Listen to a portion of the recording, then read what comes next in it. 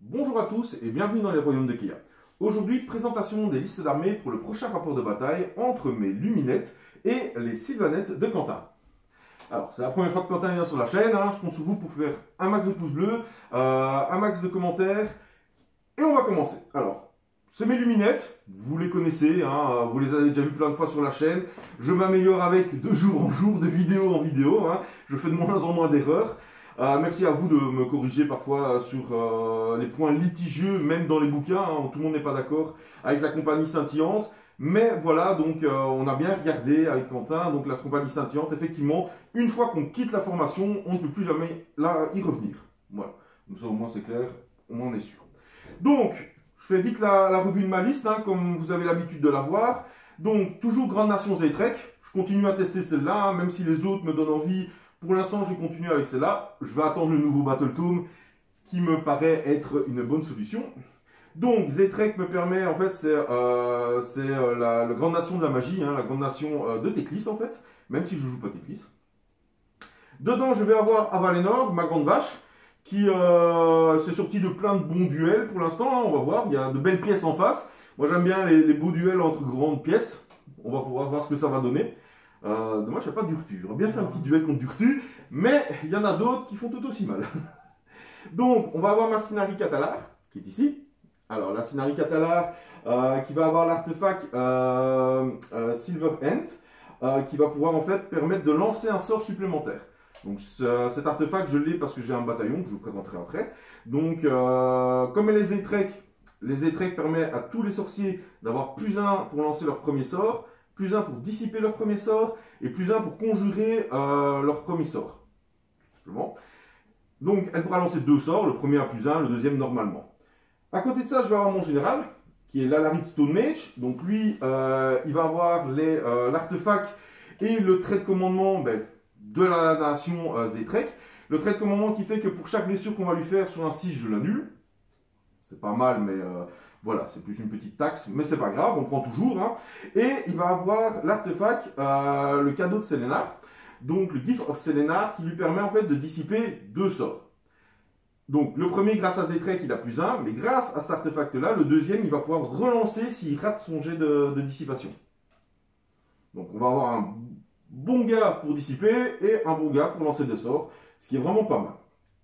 Alors, de base, je vais revenir après sur tous les sorts qu'ils ont, parce qu'ils en ont une chier. Surtout que grâce à Zaytrek, mes héros lanceurs de sorts, et uniquement mes héros cette fois-ci, ont droit à un sort supplémentaire. Donc, il y en a vraiment beaucoup. Il y a déjà le sort que tout le monde va avoir, qui est le sort de la nation, Zaytrek, qui va permettre de cibler une unité à 24 pas, entièrement à 24 pas. Je vais diviser son mouvement par 2 jusqu'à ma prochaine phase de héros.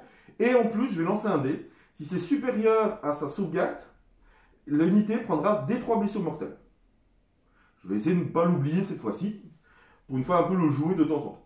Après, on va avoir mon bataillon, la Oralan Légion, qui va comporter donc la Catalar, mes 2 unités de lancier Warden et mes 2 unités de sentinelle archer. Donc, qui leur permet en fait d'avoir, tant qu'elles sont à 3 pas, d'au moins une autre unité de ce bataillon, d'avoir bouclier mystique dessus en fait. Donc, je relance mes 1 sur mes sauvegardes d'armure. Ce qui est pas mal. Donc, les lanciers, les archers, vous connaissez, blessure mortelle à foison, on n'est pas obligé de voir pour taper, donc que du bonheur. Et donc, tous les champions d'unité, eux, ne tirent pas pour les archers. C'est important à signaler parce que j'ai vu qu'il y a parfois quelques parties dans des rapports de bataille ou dans des tournois où les gens faisaient tirer leurs champions. Attention, les champions en fait n'ont pas d'armes de tir. Ils peuvent taper au corps à corps, pas avec les mêmes armes, donc ne feront pas de blessures mortelles au corps à corps pour les champions lanciers, mais pour les archers, ils n'ont pas de tir. Donc les unités ne feront que 19 tirs.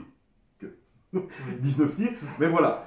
Après, ça peut être aussi un petit trick pour les personnes qui combattent les luminettes. Si vous avez des tirs, des magies, enfin quelque chose qui permet de cibler des figurines, si vous ciblez le champion des unités, ils n'ont plus de sorciers dedans. Donc c'est-à-dire qu'ils n'ont plus le sort qui leur permettrait de faire des blessures mortelles sur du 5 ou du 6 au lieu du 6.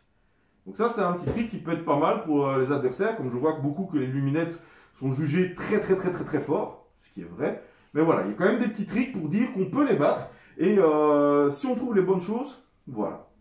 En dehors de ma formation, je vais avoir mes cavaliers, que j'adore. mouvement 14. Ils ont le sort en plus, donc ils ont le sort pour les blessures mortelles, ça c'est le sort que toutes les unités ont. Et dans les autres sorts que j'ai choisis, pour eux, je leur ai mis le sort Speed of Ish. Donc je peux cibler une unité, généralement ça va être eux-mêmes ou une unité de lancier, qui va doubler le mouvement. Et donc j'ai quand même une unité qui peut faire 28 pouces sur la table pour prendre des objectifs, ce qui est quand même très très bien. On a l'espèce portal pour protéger ma Catala. Hein. La Catala, vous savez bien, avec ses capacités à minimiser à la bravoure sur 2+, et à remettre en plus les tests de bravoure à faire sur des unités ennemies. C'est vraiment très intéressant. Alors, la Catala va avoir comme sort pour rendre éthéré une unité. Elle va avoir éclipse totale qui fait qu'à chaque fois que tu devras dépenser un point de commandement, enfin tu voudras dépenser un point de commandement, il faudra que tu en dépenses 2. Et alors, elle a son sort à elle, son fameux sort à elle, hein, on cible une unité à 18 pas, et à chaque fois qu'il voudra faire un mouvement de charge, un tir, frapper au corps à corps, enfin une action, quoi, je vais lancer 2 dés. Si je fais plus que sa bravoure, il ne peut pas le faire. Mon général, mon Stone Mage, lui, il va avoir le sort Crippling Vertigo, qui fait plus ou moins la même chose, sauf que c'est uniquement pour t'annuler tes mouvements. Voilà. Il ne peut pas annuler une action de corps à corps ou de tir, mais il peut annuler un mouvement. Et il va avoir comme deuxième sort la Voix de la Montagne, qui va permettre... Oups, j'ai un petit trou de mémoire. Voilà. Je savais bien qu'il y avait un sort que j'allais oublier à chaque fois parler. Hop là, la Voix de la Montagne. Ah oui, c'est ça. Donc c'est celui qui va donner -2. En plus, c'est super intéressant. Bravo, Joachim. -2 en bravoure à mes adversaires sur toute la table. Le tour où il le lance. Et puis, jusqu'à sa prochaine phase de héros, ça passe à -1. Donc, vous voyez les petites combinaisons, braverie bombe, hein, tout le monde connaît ça. C'est ce qui fait que l'armée est très forte. Donc, mes unités, on va avoir mes Warden. Les 2 unités de Warden vont avoir le sort Lord Light. Donc, je vais cibler une unité ennemie et je pourrai relancer tous mes jets pour toucher au tir sur cette unité-là. Jet pour toucher n'est pas précisé raté. Donc, généralement, on va les relancer tous ceux qui n'ont pas fait des blessures mortelles. C'est plus simple. Et alors, dans les lanciers, je vais avoir une unité de lancier qui va avoir le sort pour rendre éthéré. D'archer qui va donner le sort éthéré. Et l'autre qui va donner protection of Ish pour donner une feel no pain, donc une annulation de blessures et blessures mortelles à 5+ à une unité. Voilà. La liste, voilà, vous la connaissez. Hein, je commence à la maîtriser de mieux en mieux, hein, à faire de moins en moins d'oubli. Donc, on va voir ce que ça va donner. Donc, je rappelle ici aussi que c'est une partie très importante pour nous deux, puisque c'est la partie en fait qu'on devait faire. On avait été tiré au sort pour jouer au premier tour du tournoi Bastardatoire, que j'avais pas su y aller malheureusement, hein, raison médicale. Et donc voilà, on voulait absolument la faire, voir qu'est-ce que se serait passé au tournoi. Et voilà, si jamais vous voulez voir un peu les listes du tournoi et tout ça, donc j'avais fait des vidéos où j'analysais les listes et je donnais mon avis sur le pairing. Je rappelle que sur cette partie-ci, je donnais gagnant les Sylvanettes. Je donnais un 60-40 pour les Sylvanettes. Oui, on verra. Mais ce qu'il fallait remettre en contexte aussi, c'est que j'avais à cette époque-là jamais joué les Luminettes. Ça aurait été la première partie. Maintenant, j'ai un peu plus d'expérience avec les Luminettes. Donc effectivement, on va voir. Je te laisse présenter ton armée. Ouais. Salut à tous. Pour ceux qui ne me connaissent pas, je m'appelle Quentin. Au cas où vous n'avez pas encore compris ça de la part de Joachim. Moi, de mon côté, c'est une liste que j'ai amenée au tournoi Bastardatoire. Et c'est une liste qui varie un tout petit peu de ce que j'ai pu aussi amener au Hammer & Bolter, que j'ai un petit peu changé pour le Bastardatoire parce que je voulais essayer des nouveaux trucs. Donc en fait, ce que je vais avoir comme base, c'est toujours, je vais commencer par les unités de base, 3 unités de Tree Revenant. Donc pour ceux qui ne connaissent pas, ça tape pas fort, mais ça se téléporte n'importe où sur la table, à 9 pouces de l'ennemi, toutes les restrictions habituelles. Ils ont un petit truc aussi sympa qui est de relancer un dé par phase ou un jet par phase. Ils peuvent relancer leur jet de course pendant la phase de mouvement, ils pourraient relancer leur charge, un jet de touche, même une sauvegarde pendant la phase de tir ennemi. Enfin voilà, c'est un petit truc qui est sympa, qui peut parfois faire un petit changement qui peut faire du bien. Un bloc de 30 dryades pour compléter les unités de base, rien d'extraordinaire. Bon, elles sont à -1 pour être touchées quand elles sont entièrement à 6 pouces d'une forêt. Et sinon, leur job, c'est juste de tanker. Hein, donc, elles vont s'asseoir sur un objectif théoriquement et attendre. Du côté des autres unités, on va avoir 2 unités de Clannad Hunter, une de 6 avec défaut, donc -2 en rend et D3 dommages, Et ici, avec des épées, on aura -1 en rend, mais 2 dommages, et aussi des blessures mortelles sur les 6 pour blesser.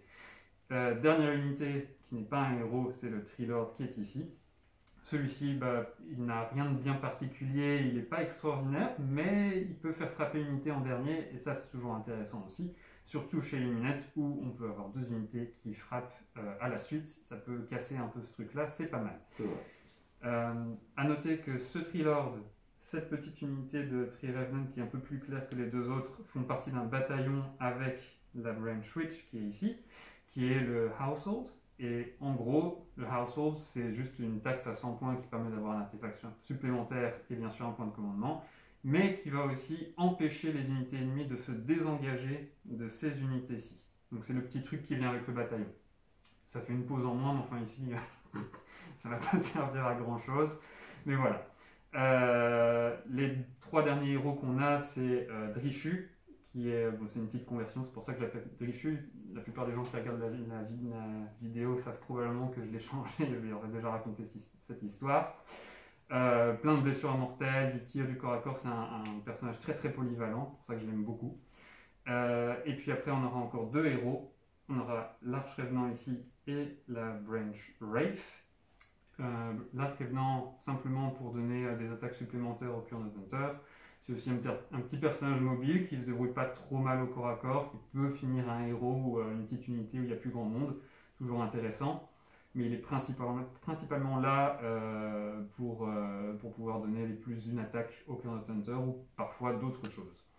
Et la Branch Wraith, elle est là pour invoquer les dryades. Je vais maintenant expliquer un petit peu pas la grande nation, mais donc la clairière que j'ai choisie, qui est aussi celle de la magie d'ailleurs. Voilà. Donc on est dans le thème. C'est Nalrut, qui en fait a comme aptitude de base pour l'armée entière la relance des 1 pour toucher tant qu'on est entièrement à 12 d'un sorcier ami. Donc ça veut dire que Drishu compte comme étant toujours à portée de lui-même, les sorciers ici aussi. Et tant qu'on aura donc entièrement à 12 certaines unités, elles pourront relancer leur 1 pour toucher, corps à corps, tir, ça n'a pas d'importance. Vient avec aussi une aptitude de commandement, donc pour un point de commandement, je pourrais aussi, avec n'importe lequel de mes héros, déclencher un Feel No Pain à 6 sur une de mes unités. Et après ça, on aura donc un artefact bien sûr obligatoire et un trait de commandement qui est obligatoire, qui vont aller pour le trait de commandement, bien sûr sur la générale, et ce sera donc dès qu'elle passe un sort de manière réussie, je peux soigner des 3 points de vie à une unité entièrement à 18, mais je dois vérifier parce que j'ai un trou de mémoire, je pense que c'est 18. Et l'artefact qui est obligatoire est allé sur la Branch Witch, qui elle aura donc un bâton qui lui permet de lancer 3d6 pour lancer un sort au lieu de 2d6, et je sélectionne les 2 meilleurs, ou ceux qui me plaisent en tout cas, pour lancer mon sort. L'artefact supplémentaire que j'ai choisi, c'est sur la Branch Wraith, qui aura elle aussi un bâton, mais qui lui permet de lancer un sort supplémentaire, comme chez Joachim, c'est le même type d'artefact. Voilà, ce qui reste à présenter, c'est les 2 petits sorts. Celui-ci, si vous avez déjà joué contre un Sylvanet, vous le connaissez assez bien. C'est un sort qui permet de donner +3 en mouvement, +3 en charge à toutes les unités qui sont entièrement à 15 pouces du sort. Donc vous comprenez bien l'idée derrière. Et la palissade, c'est parce que j'avais 30 points et que je sais que ça va servir à rien contre Joachim, mais c'est ma liste du tournoi, donc elle est quand même là. Après, ça sert à rien contre le tir, mais ça peut bouger, comme tu m'avais expliqué en off, ça peut empêcher des mouvements, ça peut bloquer des unités, donc c'est toujours intéressant. Oui, toujours je connaissais pas par contre le petit sort là qui donne. Non, tu connais pas. Je connaissais pas du tout. Okay. En fait, j'ai affronté des Sylvanettes dans la première version de Josimar, et depuis en fait, j'ai jamais pu affronter de Sylvanettes. Donc c'est déjà pour ça que j'étais très content, en plus de jouer contre toi de base, mais de rencontrer des Sylvanettes au premier tour du tournoi. Et donc voilà, donc je connaissais pas du tout. Mais voilà, si tu joues contre un Sylvanet, généralement ce sort persistant. Et c'est que pour les Sylvanettes en fait. C'est que pour les Sylvanettes. C'est dommage. C'est un sort qui ne bouge pas, ce sont 2 sorts qui ne bougent pas. D'accord. Une fois qu'ils sont lancés, ils restent là, et après on peut les dissiper comme un sort persistant comme d'habitude, mais ils ne bougeront pas. D'accord. Il y a une autre toute petite chose, je ne l'ai pas mentionné parce que je n'ai pas l'habitude de l'utiliser. Je peux choisir soit +3 en mouvement, +3 en charge, soit relancer les 1 à la sauvegarde pour toujours une unité entièrement à 15 pouces du sol. D'accord. Et ça se déclenche sur un 2+. Ok. Donc il y a quand même une chance de rater et souvent j'ai tendance à lancer Le jet, petit 1, le petit 1 là où il fallait pas. Ça, pour les gens qui me connaissent, c'est souvent le cas. On dit souvent, allez, tout sauf 1, et puis voilà, c'est d'office, on fait le 1. Voilà. Mais voilà, donc on va se retrouver pour le rapport de bataille. Donc comme d'habitude, le rapport de bataille, on vous présentera notre déploiement, on vous présentera le scénario et tout à ce moment-là. Donc le rapport de bataille sortira mercredi. Je compte sur vous, n'hésitez pas donc à partager la vidéo, un petit pouce bleu, à commenter la vidéo pour faire grandir la chaîne. On est presque aux 1000 abonnés, je compte sur vous et on se retrouve à bientôt dans les royaumes.